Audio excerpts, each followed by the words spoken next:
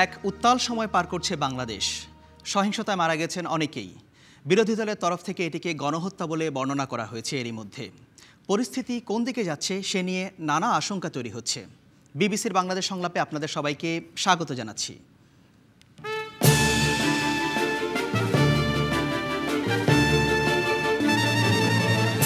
আজ প্যানেলে আছেন আওয়ামী লীগের উপদেষ্টা মণ্ডলীর সদস্য ও সাবেক মন্ত্রী আমির হোসেন আমু, বিএনপির জাতীয় স্থায়ী কমিটির সদস্য ও সাবেক মন্ত্রী ব্যারিস্টার রফিকুল ইসলাম মিয়া, নিরাপত্তা বিশ্লেষক ও সাবেক রাষ্ট্রদূত অবসরপ্রাপ্ত মেজর জেনারেল আমিন আহমেদ চৌধুরী এবং ঢাকা বিশ্ববিদ্যালয়ের শিক্ষক মুশাহিদা সুলতানা।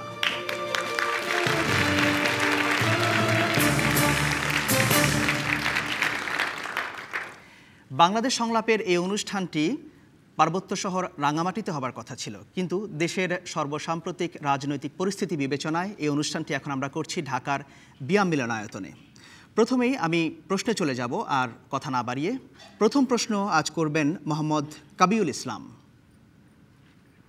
আসসালামু আলাইকুম। আমার প্রশ্ন, দেশের বর্তমান পরিস্থিতি কি সামরিক হস্তক্ষেপের পথ তৈরি করছে? ধন্যবাদ আপনাকে। সাম্প্রতিক সহিংসতার প্রেক্ষাপটে নানা বিশ্লেষক নানাভাবে মতামত ব্যক্ত করছেন, নানা আশঙ্কার কথা অনেকে বলছেন যে কোন দিকে যাচ্ছে বাংলাদেশের পরিস্থিতি। সেই প্রেক্ষাপটে এই প্রশ্ন আমি শুরুটা করতে চাই মেজর জেনারেল আমিন আহমেদ চৌধুরী আপনাকে দিয়ে, যে বর্তমান পরিস্থিতি কি সামরিক হস্তক্ষেপের একটা পথ তৈরি করছে? সামরিক দৃষ্টিকোণ থেকে আমার মনে হয় না যে এটা সামরিক শাসনের দিকে চলে যাচ্ছে। এটা কমপ্লিটলি ডিপেন্ড করবে রাজনীতিবিদদের উপর, তারা কিভাবে এই জিনিসটাকে হ্যান্ডেল করছেন। এটা একটা ক্রান্তিলগ্ন এবং একটা শক্ত ডিসিশনের উপর দেশ চলছে। সেই ডিসিশনকে আরও শক্তভাবে বাস্তবায়ন করতে হলে যে ধরনের রাজনৈতিক সংগঠন দরকার, যে ধরনের আমলাতন্ত্রের এফিসিয়েন্সি দরকার, তা যদি বর্তমান থাকে তাহলে এটা অন্যদিকে যাওয়ার কোনো সম্ভাবনা নেই। উনি যে প্রশ্নটি করেছেন ঠিক সরাসরি সামরিক শাসন নয়, কিন্তু সামরিক হস্তক্ষেপের পথ তৈরি করছে কিনা সেটা একই কথা। আপনি আজকাল তো বিদেশি হস্তক্ষেপটাও থাকে ইনডাইরেক্টলি, এবং সেটা মিলিটারি ব্যাকড কেয়ারটেকার গভর্নমেন্ট হয়ে আসছে বিভিন্ন জায়গায়। সে একই প্রশ্নে সেনাবাহিনী কখনোই চাইবে না যে অন্যের লায়াবিলিটিটা কাঁধে নিয়ে সে কোনো কিছু করতে যায়। ধন্যবাদ আপনাকে। মুশাহিদা সুলতানা, কি মনে হচ্ছে আপনার? আমার মনে হচ্ছে না যে এখানে সামরিক হস্তক্ষেপ করা উচিত, এটা প্রথম কথা। আর আরেকটা বিষয় হচ্ছে যে আসলে জনগণ কি চায়। আমরা শাহবাগের দিকে যদি তাকাই, সেখানে উত্তাল তরুণরা যেভাবে করে প্রটেস্ট করছে, এখানে আমার মনে হয় না যে এই সামরিক শাসন আসলে এই প্রটেস্টের কাছে কোনোভাবেই দাঁড়াতে পারবে, এবং সামরিক শাসন এখানে বা সামরিক হস্তক্ষেপ এখানে হবে বলে আমি মনে করছি না। আপনি হয়তো এরই মধ্যে দেখেছেন যে অনেকে বিশ্লেষণ করছেন যে উভয় পক্ষ এক ধরনের পয়েন্ট অফ নো রিটার্ন, বা যে যার জায়গায় অটল আছে সেখান থেকে ফিরে আসার কোনো ইঙ্গিত দেখা যাচ্ছে না। অনেক মানুষ মারা যাচ্ছে, সহিংসতা হচ্ছে, প্রতিদিনই হচ্ছে।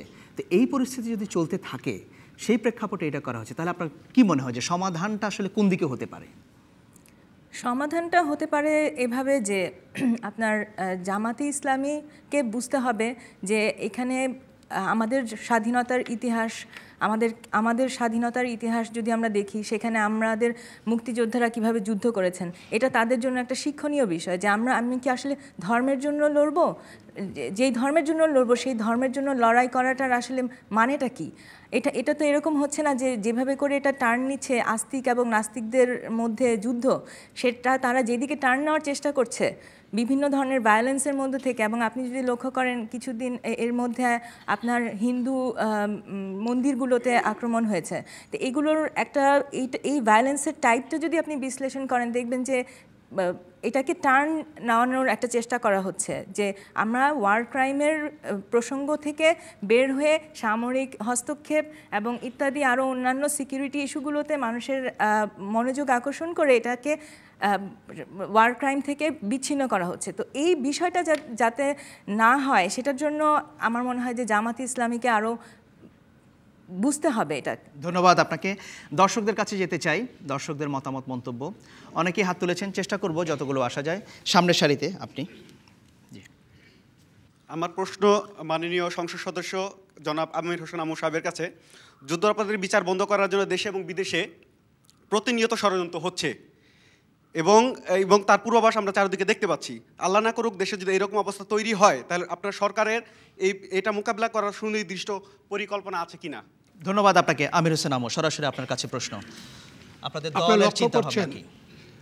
যে যুদ্ধাপরাধের বিচার শুরু হওয়ার পর আপনি যেটা উল্লেখ করলেন, দেশে এবং বিদেশে ষড়যন্ত্র হচ্ছে, এবং আমরা যখন যুদ্ধ করে দেশটা স্বাধীন করি তখনও কিন্তু এই ষড়যন্ত্র ছিল দেশে এবং বিদেশে, এবং অনেক পরাক্রমশীল দেশ আমাদের পক্ষে ছিলেন না, তারপরও আমরা সেদিন জয়যুক্ত হয়েছিলাম।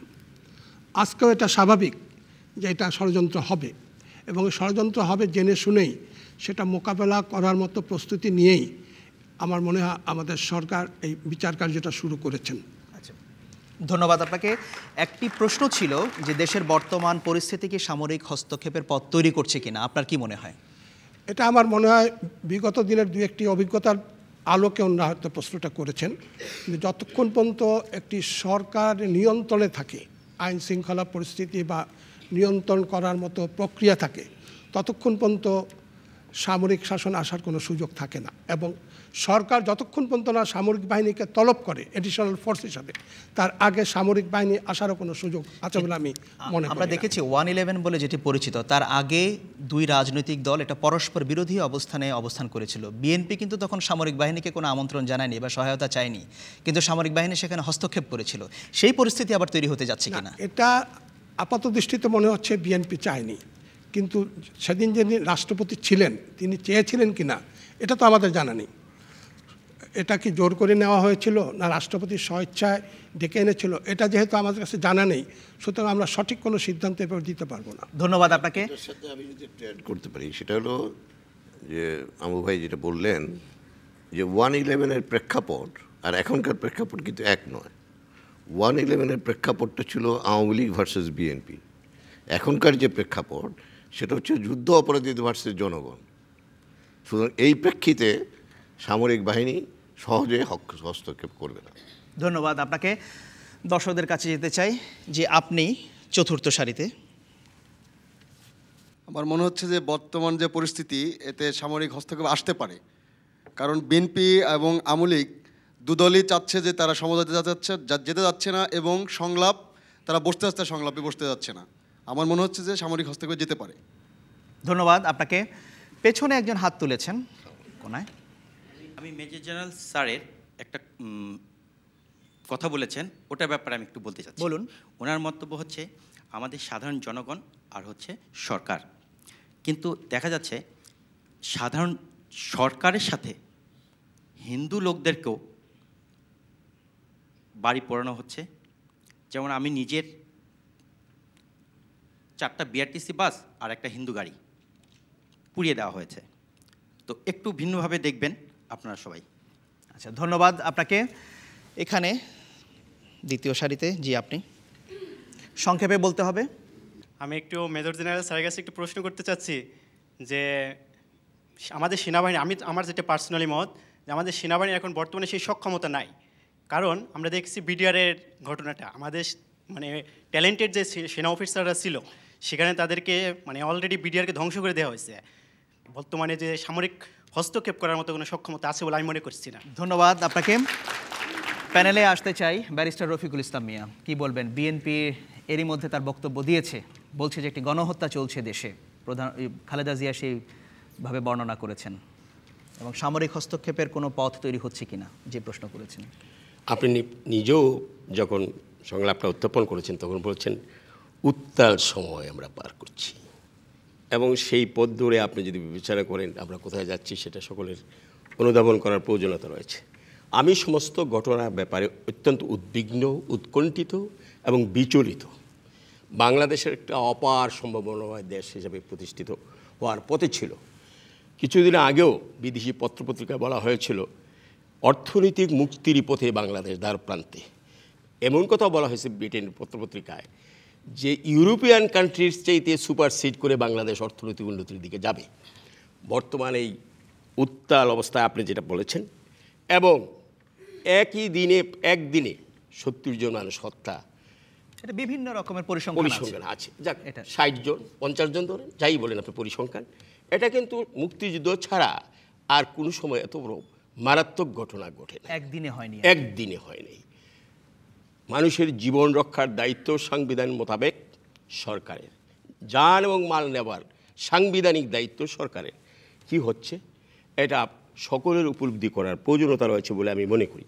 আর যে অপার সম্ভাবনার দেশ বাংলাদেশ ইকোনমিক, আমরা সেই প্রসঙ্গে যাচ্ছি না, কারণ আপনি যেটা বলেছেন, আপনি সমস্যার কথা বললেন, কিন্তু এই প্রেক্ষাপটে যে প্রশ্নটি উঠেছে যে পরিস্থিতি কোন দিকে যাচ্ছে এবং সামরিক হস্তক্ষেপের সম্ভাবনা কতটা আশঙ্কা তৈরি হচ্ছে, সেই প্রশ্নে কি বলবেন? সেই প্রশ্নটা আমি উত্তর দিয়েছি এইভাবে যে আমি পুরা ঘটনায় উদ্বিগ্ন, উৎকণ্ঠিত, বিচলিত, কোথায় যাবে এবং কোথায় যে আমাদের শেষ হবে।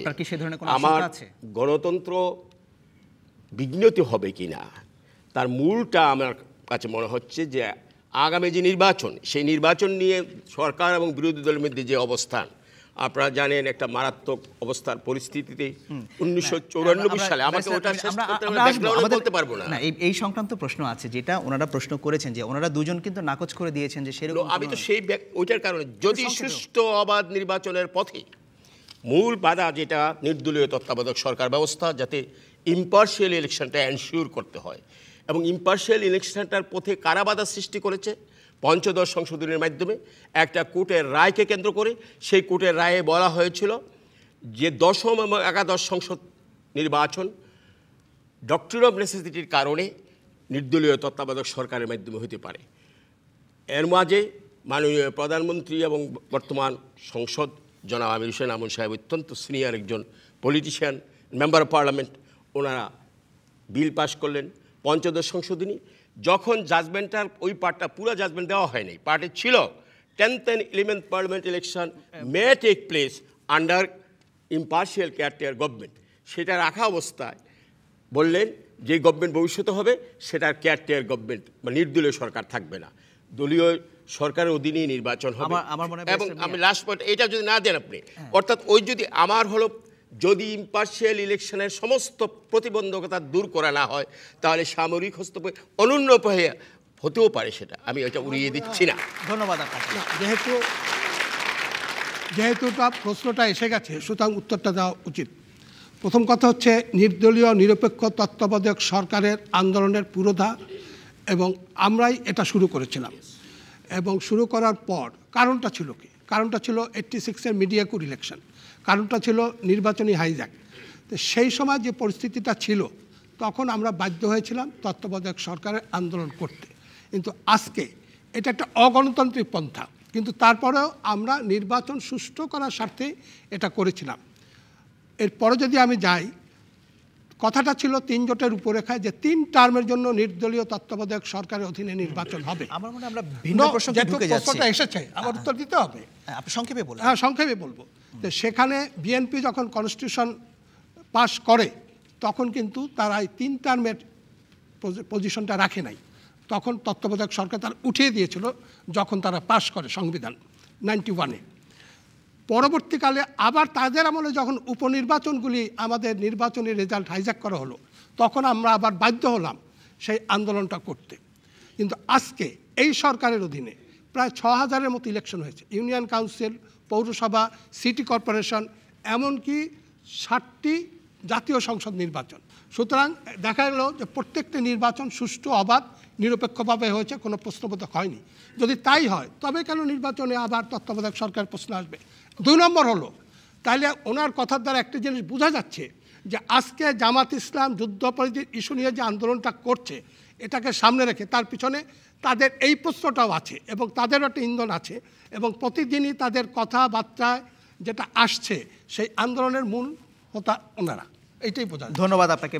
30 সেকেন্ডে আপনি যে 30 সেকেন্ড সঞ্চালক সাহেব তিনি যতটুকু জবাব দিয়েছেন সেই সময়টা আমাকে দেওয়া উচিত বলে fairly I consider it. No, I have a right to reply it. I have a right to reply it exactly on equal time. If you do not entertain that, I will not reply. আপনি বলুন, আপনি বলবেন। আমার ওই সময় হলে আমাকে থামাই দিন, আমার কোনো আপত্তি আমি দেব, কিন্তু সংক্ষেপে বলতে হবে। জাতীয় নির্বাচনের মাধ্যমে সরকার পরিবর্তন হয়, লোকাল গভর্নমেন্ট ইলেকশনের মাধ্যমে সরকার পরিবর্তন হয় না। এক। দুই হলো ঢাকা সিটির কর্পোরেশনের নির্বাচন না করার খাতিরে ঢাকা সিটিকে দুই ভাগে বিভক্ত করা হলো। Even till today constitution article 59 says যে সমস্ত local government to be govern by the elected representative, but এই গভর্নমেন্ট ওইটা দিচ্ছে না। তার কারণ দে আর অ্যাপ্রিহেন্ডিং যে এখানে ফেল করতে পারে। আর ন্যাশনাল ইলেকশনের মাধ্যমে ন্যাশনাল ইলেকশন সুষ্ঠু হবে, অবাধ হবে। দেশের কি অবস্থা এরকম হয়েছে যে whole people have the confidence of this government যে ওনারা থাকাকালীন অ্যাট এনি কস্ট ফায়ার হবে। I humbly submit, no, they have already given this message to the whole nation. Under this government, there cannot be fair and meaningful. ধন্যবাদ barrister Rafiqul Islam Mia. হ্যাঁ, আচ্ছা, যাই হোক, আমি আমিন আহমেদ চৌধুরীর কাছে আসতে চাই। একজন একটি প্রশ্ন তুলেছেন যে সামরিক হস্তক্ষেপ করার মতো সেই শক্তি এখন আর সেনাবাহিনীর নাই বা আছে কিনা সন্দেহ প্রকাশ করেছেন। আপনার কি মনে হয়? এটা ওনার ব্যক্তিগত মতামত। নিশ্চয় ব্যক্তিগত মত। যেটা হচ্ছে যে সামরিক বাহিনী তখনই হস্তক্ষেপ করেন যখন সিভিল গভর্নমেন্ট ফেইল করেন, ল অ্যান্ড অর্ডার কমপ্লিটলি মানে হাতের বাইরে চলে যায় এবং একটা অরাজকতার মাঝে দেশ বিরাজমান থাকে। এর আগে যদি আপনি করতে চান সেটা ব্যক্তিগতভাবে ষড়যন্ত্রের মাধ্যমে অনেকে করে থাকেন। সেটা কোনো সময়ই জেনারেল মোশাররফ পর্যন্ত ফেস করছেন। এটা কোনো সময়ই পাবলিকের কাছে খুব গ্রহণযোগ্য হবে না, বিশেষ করে বাংলাদেশের পাবলিক।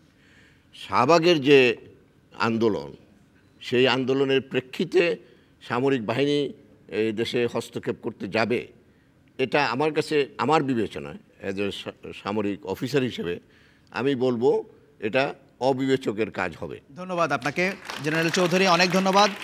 এখানে শ্রোতা দর্শকদের মনে করিয়ে দিতে চাই, এই বিষয়ে আপনারা যদি আরও বিস্তারিত মতামত দিতে চান তাহলে বিবিসি বাংলার ওয়েবসাইট bbcbangla.com, এখানে আপনার মতামত দিতে পারবেন। তাছাড়া ফেসবুকে বিবিসি বাংলার সামাজিক ফোরামেও আপনার মতামত দেবার সুযোগ আছে। এখন আমরা ছোট্ট একটি বিরতিতে যাচ্ছি, আশা করি আমাদের সঙ্গেই থাকবেন।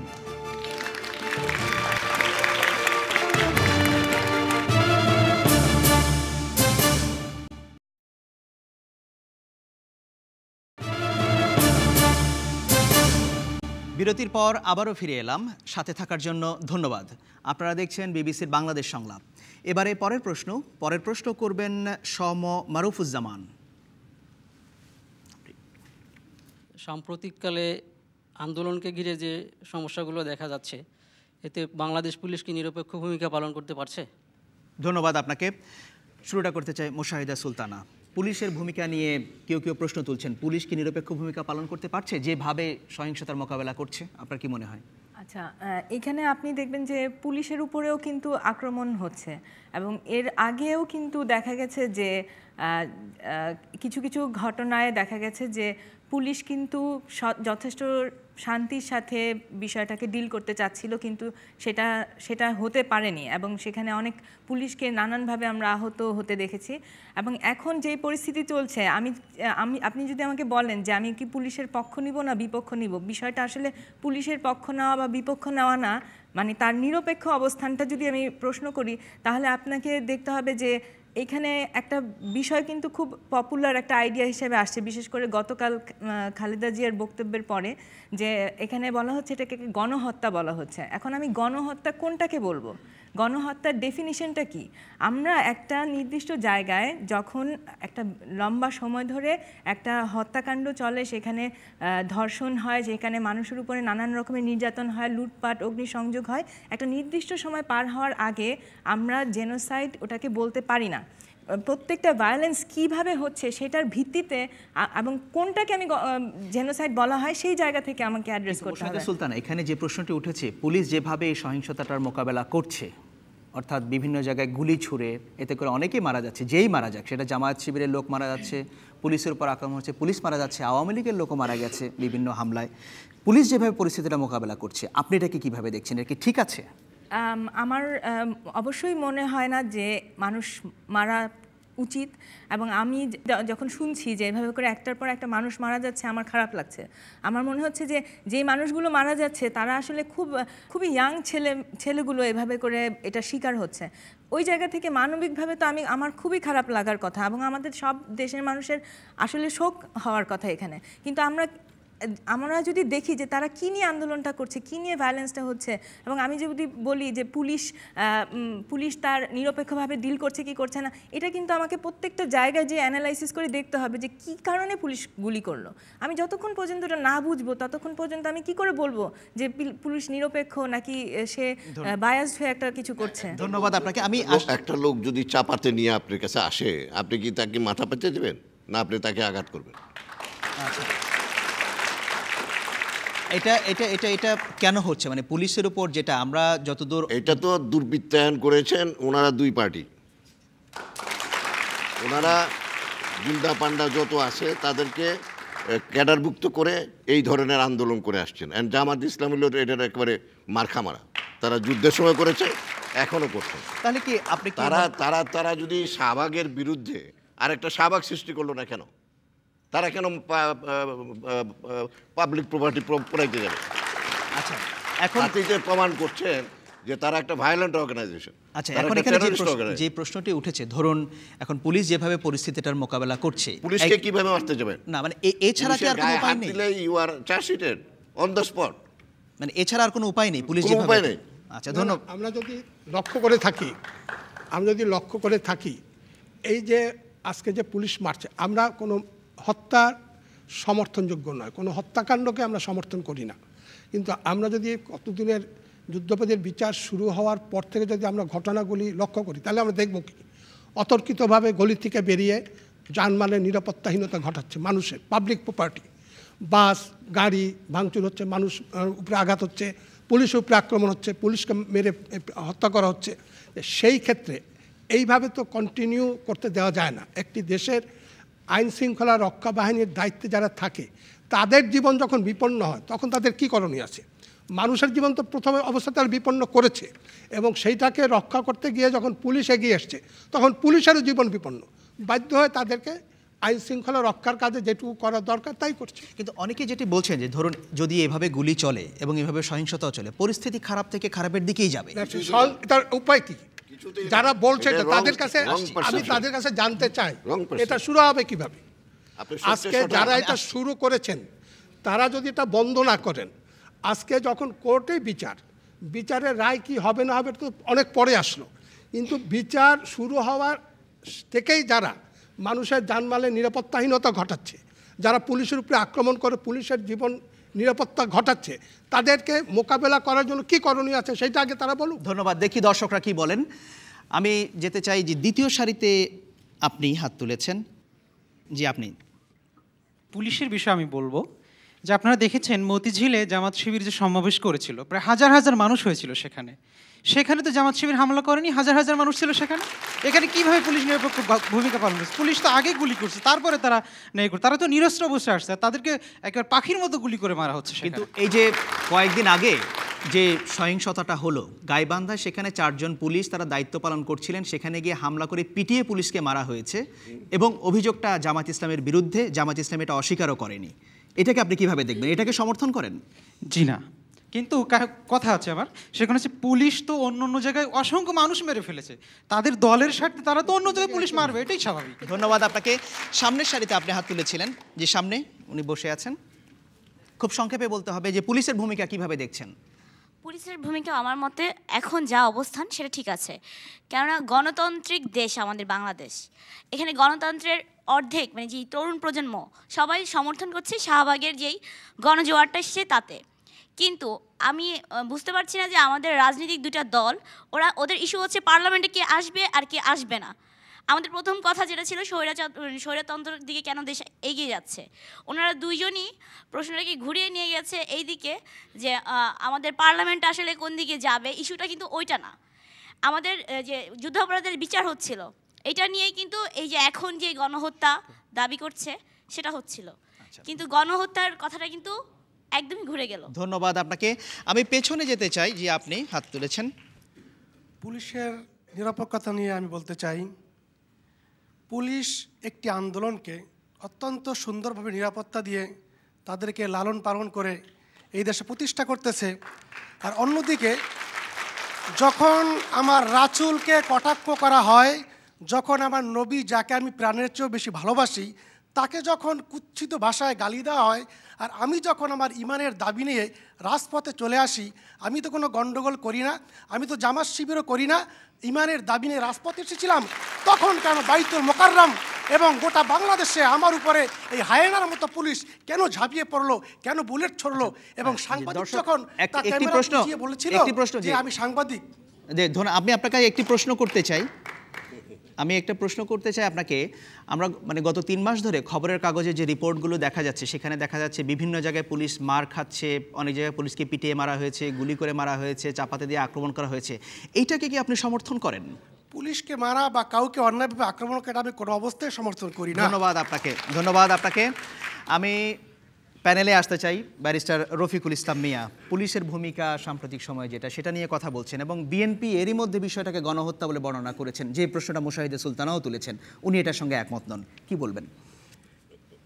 একদিনে 70 জন মানুষ প্রাণ হারানোকে গণহত্যা বলবেন কি না, নিশ্চয়ই প্যানেলের প্রত্যেকেরই যার যার স্বাধীনতা আছে, স্বাধীনভাবে বলেছেন, কিন্তু আমি ওনার সঙ্গে দ্বিমত প্রকাশ করি।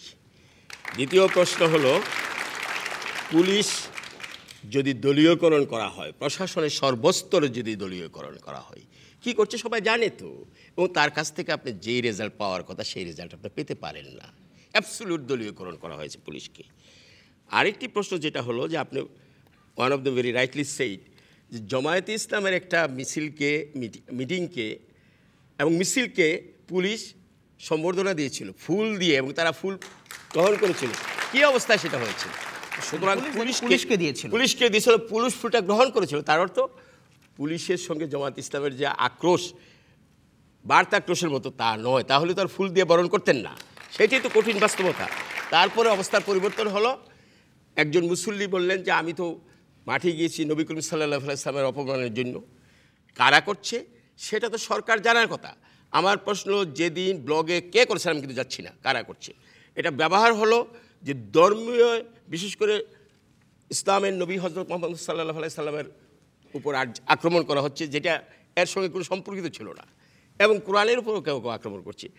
সঙ্গে সঙ্গে সরকার ব্যবস্থা গ্রহণ করলে, যত ব্যবস্থা গ্রহণ করলে আমাদের দেশের ধর্মপ্রাণ মানুষ এইটাকে রাস্তায় আন্দোলনের কাছে নিতে বললে আমি মনে করি না। সুতরাং আমার প্রশ্ন হলো যে এই যে অবস্থা আপনারা বলছেন পুলিশের, একটি দৃষ্টান্ত দিয়ে পুলিশ কী করছে তার আপনাদেরকে বোঝাতে চেষ্টা করব। ওই ধর্মপ্রাণ মুসল্লিদের শুক্রবারের মিছিলের পরে শনিবারে যে ঘটনা মানিকগঞ্জে ঘটল, 6 জন মানুষ হত্যা হলো, তার মধ্যে একজন মহিলা বুলেট বিদ্ধ পুলিশের গুলিতে, তাকে নিয়ে গিয়েছিলেন এক ভদ্রলোক, তার বাবি, মহিলা বাবি হয়, তাকে নিয়ে গেছিলেন চিকিৎসার জন্য। পুলিশ তার মাথায় বন্দুক ঠেকিয়ে তাকে হত্যা করেছে, এবং প্রথম আলো পত্রিকায় তা প্রকাশ হয়েছে। এরপরে যদি কেউ বলেন যে পুলিশ যা করছে যথাযথ করছে কিনা, সেই প্রশ্ন আমি তাদের কাছে রাখতে চাই। একটি প্রশ্ন, যে ধরেন একটা পরিস্থিতি এখন তৈরি হয়েছে, সহিংসতা প্রতিদিনই হচ্ছে, বড় হোক ছোট হোক সেটা হচ্ছে, এই পরিস্থিতিতে কিভাবে বেরিয়ে আসা যায়? পুলিশ কি করবে, কি করা উচিত, আপনার কি মনে হয়? আমি মনে করি পুলিশের পর্যাপ্ত ট্রেনিং থাকতে, এবং তাদের কাছে যদি ম্যাটেরিয়াল থাকতো, জিনিসপত্র থাকতো, যেমন এমন গরম পানি আমাদের সামনেও দেখেছি, আমি যখন মিছিলে বেরোতে চাই চতুর্দিকে এভাবে দিতে থাকে, আমরা কেউ দাঁড়িয়ে থাকতে পারি না। আমি have never seen it so hot the water is, আপনার গায়ে পড়লে সঙ্গে সঙ্গে বার্ন হয়ে যাবে। কেমিক্যাল ব্যবহার করছেন এই দেশের পুলিশ এই কিছুদিন আগে, সেটাও বার্ন করে মানুষের গল জ্বালায় পুড়িয়ে দেয়। এইগুলি তো প্রথম ব্যবহার করবে। আমি কোথাও দেখি নাই যে এইগুলি প্রথম ব্যবহার করে মানুষকে এই অপরাধ থেকে বা পুলিশকে হত্যা করবে বা ধমক দিয়ে এর থেকে নিবৃত্ত করার কোনো আন্তরিক প্রচেষ্টা চালানো হয়েছিল, বরং নির্বিচারে মানুষকে হত্যা করা হয়েছে। এটা কোনো অবস্থাতেই কোনো সভ্য সমাজ, গণতান্ত্রিক সমাজ, আইনের শাসনে বিশ্বাসী সমাজ, মানবিক সমাজ চিন্তা করতে পারে না। আর পুলিশকে যে হত্যা করছে সেটাকে আমি কন্ডেম করছি। ধন্যবাদ আপনাকে। আমির হোসেন আমু। কথাটা হচ্ছে, যখন একটা গোলমাল হয় তখন কিন্তু আমাদের আন্দোলনের সময় আমরা দেখেছি যে অ্যাক্টিভিস্ট যারা থাকে আন্দোলনে, তাদের চেয়ে যারা নিরীহ পথচারী তারা আক্রান্ত হয় বেশি। এটা ঠিক, এটা আমি অস্বীকার করি না। আজকে এই ঘটনার পরিপ্রেক্ষিতে যে 2-1টি জায়গায় কোনো ইনসিডেন্ট হয়ে থাকে বা হয়েছে, আমার সেগুলি নিয়ে যদি সরকারের কাছে যথাবিধ আবেদন করা হয় বা ইনকোয়ারি চাওয়া হয়, আমি মনে করি সেটা হওয়া উচিত এবং এই ধরনের কোনো অন্যায়ভাবে যদি কাউকে আঘাত করে থাকে তার বিচার হওয়া উচিত, এটা আমি মনে করি। ধন্যবাদ আপনাকে। এখানে শ্রোতা দর্শকদের আবারও মনে করে দিতে চাই, আপনারা যদি বিবিসির বাংলাদেশ সংলাপে অংশগ্রহণ করতে চান তাহলে আপনি টেলিফোন অথবা SMS করতে পারেন 01-752-777-222 এই নম্বরে। এছাড়া আপনি ইমেলও করতে পারেন। ইমেল করার ঠিকানা সংলাপ@bbc.co.uk। এখন আমরা ছোট্ট আরেকটি বিরতিতে যাচ্ছি, কিছুক্ষণের মধ্যেই ফিরব।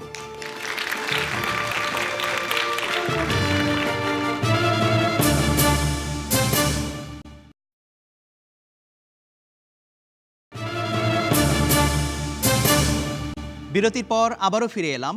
আপনারা দেখছেন বিবিসির বাংলাদেশ সংলাপ। এবারে পরের প্রশ্ন করবেন মাওলানা আলতাফ হোসেন। বিসমিল্লাহির রহমানির রহিম।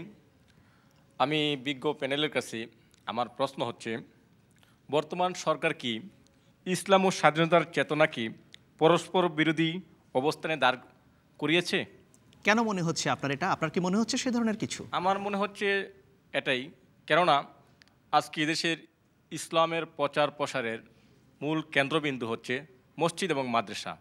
আজকে জাতীয় মসজিদ বাইতুল মোকাররম সহ ধর্মীয় প্রতিষ্ঠানগুলো আজ অবরুদ্ধ এবং বিভিন্ন খতিবরা আজকে চাকরিচ্যুত হচ্ছে। শাহবাগের গণজাগরণে যারা যাচ্ছে না তারা চাকরিচ্যুত হচ্ছেন। এই জন্য আমার কেন যেন মনে হচ্ছে এই বর্তমান সরকার ইসলাম এবং স্বাধীনতার চেতনা কি তারা পরস্পর কি ধন্যবাদ অবস্থানে পরস্পর বিরোধী অবস্থানে দাঁড় করতে চাচ্ছে। ধন্যবাদ আপনাকে। আমি শুরুটা করতে চাই আমির হোসেন আমু আপনাকে দিয়ে। এ নিয়ে সরকার এর মধ্যে বিবৃতি দিয়েছে, তারপরেও আমি আরও আগে যেতে চাই। জিনিসটা হলো, এই দেশে ইসলাম প্রচারের জন্য দেশ স্বাধীন হওয়ার পরেই কিন্তু বঙ্গবন্ধু ইসলামিক ফাউন্ডেশন করেছিলেন। এই দেশের মাদ্রাসা বোর্ড বঙ্গবন্ধু স্থাপন করেছিলেন। আলিয়া মাদ্রাসা 1956 সালে যখন আওয়ামী লীগ ক্ষমতায় ছিল, এই আলিয়া মাদ্রাসা তখন আওয়ামী লীগ সরকারই করেছিল। তুরাগ নদীর তীরে যে সমাবেশ, যে ইজতেমা, বিশ্ব ইজতেমা, তার জায়গায় বঙ্গবন্ধু দিয়ে গেছেন। কাকরাইল মসজিদের জায়গা বঙ্গবন্ধু দিয়ে গেছেন। সুতরাং এই দেশে সুষ্ঠুভাবে ইসলাম প্রচার করার জন্য যতগুলি পদক্ষেপ সেটা আওয়ামী লীগ সরকারই দিয়ে গেছে, করে গেছে। এবং এখনও মসজিদ ভিত্তিক যে পড়াশোনার সুযোগ, এটা আওয়ামী লীগ সরকার বন্ধ করে নাই, বরং এটাকে আরও চালু করেছে, আরও বেশি প্রসারিত করেছে। এবং যে জিনিসটা ইদানিং ঘটেছে তার ব্যাপারে আমাদের প্রধানমন্ত্রী সহ সমস্ত আমাদের ধর্ম প্রতিমন্ত্রী সহ সবাই সরকারের পক্ষ থেকে বিবৃতি দিয়েছে, দুঃখ প্রকাশ করেছে এবং এর যথাবিহিত ব্যবস্থা নেওয়ারও কথা বলেছেন। সুতরাং এই ব্যাপারে কোনো সংখ্যা থাকা উচিত নয়। যারা মসজিদকে রাজনৈতিকভাবে ব্যবহার করতে চায় বা রাজনৈতিকভাবে যখন একটা মসজিদকে ব্যবহার করা হচ্ছে, তখন স্বাভাবিক কারণেই ওই আমি যেটা আগে বলেছিলাম, আইন শৃঙ্খলা রক্ষার স্বার্থেই যাতে মসজিদ থেকে বেরোয় কোনো রকম ধ্বংসাত্মক কাজে কেউ যোগ দিতে না পারে তার জন্য অবরুদ্ধ করতে হয়। যদি এই ইনস্ট্যান্স না থাকতো যে মসজিদ থেকে বেরিয়ে এইভাবে ধ্বংসাত্মক কার্যে আত্মনিয়োগ করা, এই ধরনের ইনস্ট্যান্স যদি না থাকতো তাহলে আজকে অবরুদ্ধ হওয়ার প্রশ্ন থাকতো না। ধন্যবাদ আমির হোসেন আমু। রফিকুল ইসলাম মিয়া, কি বলবেন? এটা নিয়ে এখন বেশ বিতর্ক হচ্ছে। এটা নিশ্চয়ই সকলের অবগতির জন্য বলছি যে আসলে ইসলাম ধর্ম কিন্তু গণতন্ত্রের বিরুদ্ধেও নয় এবং প্রগতির বিরুদ্ধেও নয়। এমনকি ইসলামের নবী হজরত মোহাম্মদ সাল্লাল্লাহু আলাইহি সাল্লাম বলেছেন যে হত্যার বিচারের কথা। কেউ যদি আপনার ভাইকে হত্যা করে, আপনার অধিকার আছে সেই ব্যক্তিকে হত্যা করার। কোরআনে বলা হয়েছে, একজন নিরপরাধ মানুষকে হত্যা করলে সমগ্র মানব জাতিকে তুমি হত্যা করলা, একজন নিরীহ মানুষের জীবন তুমি রক্ষা করলে সমগ্র মানব জাতির জীবন তুমি রক্ষা করলা। সুতরাং এখানে কোনো প্রকার দ্বিধাদ্বন্দ্ব নয়। অথচ ইসলামের নাম যখন উচ্চারিত হয় যে প্রগতির বিরুদ্ধে বা বিচারের বিরুদ্ধে ইসলাম বাধা দিয়েছে, সেখানে খটকা লাগে। বাস্তব ঘটনা হলো, গত শুক্রবারে জাতীয় মসজিদের উত্তর গেট বন্ধ ছিল এবং মুসল্লিরা নামাজ পড়তে অসুবিধা হয়েছে। 300 মসজিদে ইসলামিক ফাউন্ডেশনের ডিজি পত্র দিয়ে বিশেষভাবে বলেছেন এগুলি লুকটাফটা, এবং সেখানে মুসল্লিদের যেতে অসুবিধা হয়েছে। সুতরাং ধর্মকর্ম করতে বাধা, আমি বলছি না আওয়ামী লীগ বাধা দিচ্ছে, কিন্তু যেই ব্যবস্থা গ্রহণ করছে তাতে মুসল্লিরা বাধাপ্রাপ্ত হয়েছে বলে মানসিকভাবে তারা ফিল করছে। এই অবস্থা দূর করতে পারত যইমাত্র সরকার উপলব্ধি করলো যে সামবডি নবী করিম সাল্লাল্লাহু আলাইহি সাল্লামের চরিত্র হননের জন্য ব্লগ ব্যবহার করে কিছু করছে, সঙ্গে সঙ্গে ব্যবস্থা গ্রহণ করে তার বিরুদ্ধে যদি অ্যাকশান নিত তাহলে মুসলিমদের মনে এই শঙ্কা থাকতো না। এই শঙ্কা দূর করতে হবে। ইসলাম নিয়ে যেন কেউই রাজনীতি না করে, আমি কিন্তু সেটা নিজে ব্যক্তিগতভাবে পছন্দ করি না। এটা অনেক ঊর্ধ্বে, আমাদের নবী অনেক ঊর্ধ্বে, এবং এটা মানবিক ধর্ম, সকল মানুষের ধর্ম। ধন্যবাদ আপনাকে। দর্শকদের কাছে যেতে চাই, আপনি প্রথম সারিতে অনেকক্ষণ ধরে হাত তুলছিলেন। জি, আজকে এই যে শাহবাগের যে আন্দোলন চলছে, ওখানে কি এই বাচ্চা পোলাপানের কোনো ভূমিকা আছে? আর আমাদের দেশে যে একজন লোক যদি একজন মানুষকে হত্যা করে তার জন্য ফাঁসির হুকুম হয়, তবে এই যে আমাদের দেশে বড় বড় মাদক ব্যবসায়ীরা আছে, তারা দিনে হাজার হাজার ছেলে মেয়েদের ফাঁসির মানে আত্মহত্যার পথে ঠেলে দিচ্ছে, তাদের কি বিচার হওয়া উচিত?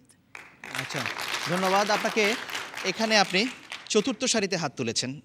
জি, যে প্রশ্নটি উঠেছে যে সরকার কি ইসলাম এবং স্বাধীনতার চেতনাকে পরস্পর বিরোধী অবস্থানে দাঁড় করিয়েছে কিনা, আপনার কি মনে হয়? অবশ্যই না। এখন আমার কিছু কথা আছে, সেটা হচ্ছে কি, আমরা রেটরিক কথা না বলি। আমরা অনেক আইন, অনেক ইতিহাস, অনেক কিছু জেনেছি। সোজাসাপটা কথা যেটা তারা 73-তে বলেছিল যে তখন তারা পুনর্পাকিস্তান আবার প্রতিষ্ঠিত করবে, তখন কিন্তু যুদ্ধের মাত্র কিছুদিন পরে, বঙ্গবন্ধু মারা যাওয়ার আগে, এবং এই গভর্নমেন্ট যখন ম্যান্ডেট নিয়ে আসলো যে তারা যুদ্ধাপরাধীদের বিচার করবে, তারা ক্যামেরার সামনে বলছে পর্যন্ত যে তখন মুক্তিযুদ্ধ হয়নি, তখন কী হয়েছিল, গৃহযুদ্ধ হয়েছিল। এমন স্টেটমেন্ট দেয়, কথা কিন্তু একটাই জায়গায়, যে তারা পুনর্পাকিস্তান করতে চায়। এরকম জায়গা থেকে আমরা কিভাবে মানি, তাদেরকে কিভাবে মানবো, এবং কিভাবে আমরা তাদেরকে, আমি মনে করি বিএনপির তো এখনই স্ট্যান্ড নেওয়া উচিত এবং ক্লিয়ার বলা উচিত। আমরা অনেক কথা শুনেছি। ধন্যবাদ আপনাকে, ধন্যবাদ আপনাকে। পেছনে আপনি হাত তুলেছেন, আমি প্যানেলে আসবো আবার, আপনারা বাকি রয়ে গেছেন দুজন। জি জি, আপনার না, আপনার পাশে যিনি আগে দাঁড়িয়েছে, অনেকক্ষণ হাত তুলেছেন, বলুন খুব সংক্ষেপে যদি আপনার মতামতটি দেন। বিসমিল্লাহির রহমানির রহিম। তুখুর রাজনীতিবিদ, আওয়ামী লীগ প্রেসিডিয়াম উপদেষ্টা মেম্বার জনাব আমির হোসেন আমির সাহেবের কাছে প্রশ্ন, বাংলাদেশে শাহবাগ কেন্দ্রে যে গণজাগরণ হচ্ছে আয়োজনে পৃথিবীর কোথাও কি সরকারি প্রোডাকশনে ইতিহাসে কোনো অধ্যায় কি এরকম আছে যে তাদেরকে গণজাগরণ বলা হবে? ধন্যবাদ আপনাকে। সরাসরি আমি আমির হোসেন আমু আপনার কাছে আসতে চাই, উনি প্রশ্নটা আপনার কাছে করেছেন, এরকম নজির কোথাও আছে কিনা যে সরকার সমর্থন দিচ্ছে যেখানে একটা গণজাগরণ হচ্ছে বলে বলা হচ্ছে? জিনিসটা হচ্ছে, আজকে যে প্রশ্নটা নিয়ে শাহবাগে গণজামায়াতটা হয়েছে, সেই প্রশ্নটার ওই ব্যাপারটার বিরুদ্ধেই কিন্তু সহিংসভাবে জামাত শিবির আক্রমণ করে যাচ্ছিল জনগণের উপরে, জনগণের নিরাপত্তাহীনতা ঘটাচ্ছিল, এমনকি পুলিশের উপরে আক্রমণ করে যাচ্ছিল। সেই মুহূর্তে তারা যেখানে যুদ্ধের অপরাধীদের বিচারের নস্যাৎ করার জন্য এই জঙ্গি হামলা চালিয়ে যাচ্ছিল, সেই মুহূর্তে যুদ্ধাপরাধীদের সঠিক বিচার এবং তাদের সঠিকভাবে রায় প্রদান করার জন্য যে আন্দোলন, সরকার মনে করেছে এই আন্দোলনের উপরে এই ধরনের জঙ্গি হামলা হতে পারে, এবং এখানে যদি লক্ষ মানুষের উপরে এই ধরনের কোনো হামলা হয় তাহলে আইন শৃঙ্খলা পরিস্থিতির যে অবনতি ঘটবে, এটা কোনো সরকারের পক্ষে নিয়ন্ত্রণ করা সম্ভব কিনা এটা চিন্তা করেই ওই ধরনের কোনো ঘটনা যাতে না ঘটে তার জন্য সরকার এই ব্যবস্থা নিয়েছে। ধন্যবাদ আপনাকে। প্যানেলে দুজন এখনো বাকি রয়েছে। মোশাহিদা সুলতানা, কি বলবেন যে প্রশ্ন উঠেছে সরকার ইসলাম এবং স্বাধীনতার চেতনাকে পরস্পর বিরোধী অবস্থানে দাঁড় করিয়েছে কিনা? আচ্ছা, এখানে আমার যেটা বিষয়টা কেন ইসলাম এবং ইসলাম বিরোধী বিষয় মানে বিরোধিতা আসলো, সেটাই আগে আমাদেরকে আগে জানতে হবে এই প্রশ্নটা করার আগে। সেটা হচ্ছে যে আমরা যদি দেখি যে আপনারা সবাই জানেন যে রাজীবকে ব্লগার হিসেবে তাকে যখন মারা হয়, তারপরে থেকে কিন্তু এই বিষয়টি নিয়ে এক ধরনের কি বলবো আলোচনা তৈরি হয়েছে, এবং সেই আলোচনার ভিত্তিতেই কিন্তু তাকে নাস্তিকের জায়গায় বসিয়ে এটাকে নাস্তিক এবং আস্তিকের সাথে এক ধরনের কনফ্লিক্টের একটা ক্ষেত্র তৈরি করা হয়েছে। কিন্তু আপনি যদি দেখেন ব্লগারদের, তাদের অন্যান্য ব্লগার যারা আছেন, আরও অন্যান্য অনেক মানুষ যারা শাহবাগে আসছেন, তারা কি সবাই নাস্তিক? তারা তো সবাই নাস্তিক না। তাহলে সেটাকে কেন নাস্তিকের আন্দোলন হিসাবে উপস্থাপন করা হচ্ছে? আপনি যদি ব্লগারদের হিস্ট্রি দেখেন, তারা অনেক জায়গায় বিভিন্ন ধরনের সাংস্কৃতিক সংগঠন, বিভিন্ন ধরনের রাজনৈতিক সংগঠন থেকে আসছেন, এবং তাদের মতন তরুণ আমি কখনো দেখিনি। আমি নিজে বিভিন্ন জায়গায় ঘুরে ঘুরে ছাত্রদের সাথে কথা বলেছি, এবং সেখানে যে আমি যেটা দেখেছি, আমার তো কখনো মনে হয়নি যে তারা এমন কিছু করছে যেটা ইসলাম বিরোধী। আর আমার মনে হচ্ছে যে এই বিষয়টাকে ইচ্ছা করে এই নাস্তিক এবং আস্তিকের দিকে ঘোরানো হচ্ছে, এবং যেটার কাছ থেকে যেখান থেকে কেউ মানে বেনিফিট নিতে চাচ্ছে। ধন্যবাদ আপনাকে মোশাহিদা সুলতানা। অবশ্য জেনারেল চৌধুরী, শাহবাগের যে আন্দোলন এটা অলমোস্ট বঙ্গোপসাগরের নিম্নচাপ, এবং এটা একটা জলাবদ্ধতার মধ্যে আছে। এটার পার ভেঙে কোন দিকে যাবে বলা মুশকিল, এবং সেই জন্যই আমু ভাই যেটা বললেন যে সরকার এটাকে অবশ্যই নিরাপত্তা দেওয়া উচিত। এটা সামান্যতম আঘাত যদি হয় দেশে গৃহযুদ্ধ হবে, এবং সরকারের পক্ষে ল অ্যান্ড অর্ডার কন্ট্রোল করা কোনো ক্রমেই সম্ভবপর না। আপনারা জানেন যে ছায়ানটের ইয়াতে এরা বোমাবাজি করেছেন, হাজার হাজার লোককে মেরে ফেলেছেন, হ্যাঁ, পয়লা বৈশাখে। সুতরাং এই ধরনের জালেম লোকদের বিরুদ্ধে আপনি যদি প্রোটেকশন না নেন, তাহলে এই ধরনের একটা সাধারণ মানুষকে আপনি নিরাপত্তাহীনতা করতে পারেন। সেটা তো নিরাপত্তার বিষয় বলেছেন, কিন্তু যে প্রসঙ্গটি আছে ইসলাম এবং স্বাধীনতাকে পরস্পর মান্দাতার আমলের কথাবার্তা। জামাত ইসলামী বলছিল কায়েদে আজমকে কুফুরে আজম, তারাই পাকিস্তান আন্দোলনের জন্য অস্থির হয়ে গেছে। এইগুলির কোনো মূল্য নাই। আপনি কাবা শরীফে কোনো ধরনের পুস্তক নিয়ে আপনি ঢুকতে পারেন না। আপনি আমরা তো আরব দেশে অ্যাম্বাসেডারগিরি করছি, 10টার পরে কাউকে ঢুকতে দেওয়া হয় না মসজিদে। তার কারণই হলো যে ঢুকতে পারবেন না, কাবাগর 24 ঘন্টা খোলা থাকে। আমরা ওই বিতর্কে না যাই,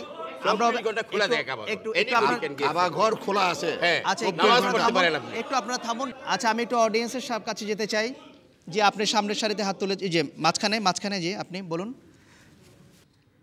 ম্যাডাম বললেন যে রাজীব হত্যার ব্যাপারে ব্লগে লেখালেখির ব্যাপারে, যেটা হচ্ছে কি ব্লগে যে উনি লিখেছেন না লেখানো হয়েছে, আমরা দুই পক্ষে দুটো মত পেয়েছিলাম। অনেকে বলেছেন যে লেখানো হয়েছে, আবার অনেকে লেখানো হয়নি, ও নিজে লিখেছে এরকম। তো আমি মনে করি যে সরকার অনেক ক্ষেত্রেই তদন্ত কমিটি গঠন করে। জনাব আমির হোসেন আমুর কাছে আমার প্রশ্ন, যে ব্লগে লেখালেখির ব্যাপারে যে তদন্ত কমিটি গঠন করেছেন, যদি করেই থাকেন রিপোর্ট কতদিন? ধন্যবাদ আপনাকে। এটা তদন্ত কমিটি গঠন করেছে, তদন্ত হচ্ছে। আমি একটু কোণায় যেতে চাই, একজন নারী অনেকক্ষণ ধরে হাত তুলছেন, আপনি। আমি ভাষা উত্তর না, স্ট্রেট উত্তর চাচ্ছি বিরোধী দলীয় প্রতিনিধি এবং সরকার দলীয় প্রতিনিধির কাছে। আপনারা দেশের এই ক্রান্তি মুহূর্তে আপনাদের নেত্রীরা কেন একত্র হচ্ছেন না, ঠিক যেমনটি 90-এর আন্দোলনের সময় হয়েছিলেন? আপনারা অতীতে যা করেছেন আমরা না হলে মাপ করে দিব, যে আপনারা একজন স্বৈরাচারী শাসককে একদল বেছে নিয়েছেন, আর একদল বেছে নিয়েছেন যুদ্ধাপরাধীকে। আমরা মাপ করে দেব যদি এখন আপনারা আমাদের আমজনতাকে বোকা না ভেবে আপনারা একত্রে বসেন এবং সংলাপের জন্য আপনারা একসাথে আসেন। সেনাবাহিনীর অনুষ্ঠানে দুজন নেত্রী যান, তারা কথা বলেন না, এটা কোন দেশের সভ্যতা? আমরা এই সভ্যতা দেখতে চাই না। ধন্যবাদ, উত্তরটা সরাসরি চাচ্ছি। ধন্যবাদ আপনাকে। রফিকুল ইসলাম মিয়া খুব সরাসরি উত্তর চেয়েছেন, কোনো ব্যাকগ্রাউন্ডে যাওয়ার দরকার নেই। আনন্দের সহিত ওনার প্রশ্নটাকে গ্রহণ করেছে এবং দুই নেত্রী বসুক, আমি মনে প্রাণে তা কামনা করছি। আর আমি আরেকটি সংবাদ আপনাদের দিতে পারি, 1987 সালে দুই নেত্রী বসেছিল এবং সেই দুই নেত্রী বসার মূল উদ্যোক্তা আমি ছিলাম, এবং আমি যেখানে থাকতাম সেখানেই বেগম খালেদা জিয়া গিয়েছিলেন, এবং ডক্টর ওয়াজেদের অনুরোধে আগের থেকে ব্যবস্থা করা হয়েছিল। বেগম খালেদা জিয়া শেখ হাসিনার বাসায় গিয়েছিলেন, আলোচনা হয়েছিল। I welcome that. আরেকটি প্রশ্ন, যেটা গণজাগরণ প্রশ্ন, কোনোখানে পৃথিবীর কোথাও গণ অভ্যুত্থান এবং গণজাগরণ সরকারের ছত্রছায়া হয় না। ধন্যবাদ আপনাকে। এটা একমাত্র জায়গা যে ছত্রের সাথে আমার প্রশ্ন হলে সকল প্রকার অন্যায় বিচার ব্যবিচারের হাত থেকে দেশকে রক্ষা করার জন্য আমাদের এই তরুণরা যদি আগে আসতো, এই গণজাগরণ গণ অভ্যুত্থান সফল হতো। ধন্যবাদ আপনাকে। ধন্যবাদ। আমার হাতে সময় শেষ।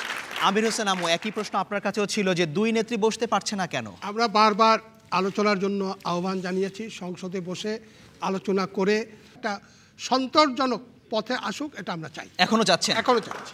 আচ্ছা, এখন এই ব্যাপারে কোনো উদ্যোগ আছে কিনা সরকারের দিক থেকে? সরকার তো আহ্বান জানাচ্ছে, আমাদের স্পিকার সাহেব, স্পিকার তো নিরপেক্ষ ব্যক্তিত্ব, তিনি বারবার আহ্বান জানাচ্ছেন। তিনি বলেছেন আমার তরফ থেকে দুই নেত্রীর বসার ব্যাপার, দল হিসাবে নয়, দুই নেত্রীর ব্যাপারটা দুই নেত্রীর। আমরা দল হিসাবে আমাদের নেত্রীকেও বলেছি, উনি রাজি আছেন, উনি সংসদে বক্তব্য দিয়ে আহ্বান জানিয়েছেন, আমাদের কথার প্রতিধ্বনি করেছেন যাতে সংসদে এসে আলোচনা হয়। ধন্যবাদ। আমাদের হাতে সময় শেষ হয়ে এসেছে। দুজনকে বসার আহ্বান। ধন্যবাদ মিস্টার আমু। আমাদের হাতে সময় শেষ হয়ে এসেছে। প্যানেলে আপনারা যে 4 জন আছেন, আপনাদের 4 জনকে অসংখ্য ধন্যবাদ। ধন্যবাদ জানাচ্ছি এই মিলনায়তনে উপস্থিত দর্শকদের। বিবিসির বাংলাদেশ সংলাপের আগামী অনুষ্ঠানটি হবে ঢাকায়। সেই পর্যন্ত বিবিসির বাংলাদেশ সংলাপ থেকে আমি আকবর হোসেন এবং আমার সাথে এই অনুষ্ঠানের প্রযোজক ওয়ালি রহমান মিরাজ, আমরা দুজনে এখানে বিদায় নিচ্ছি।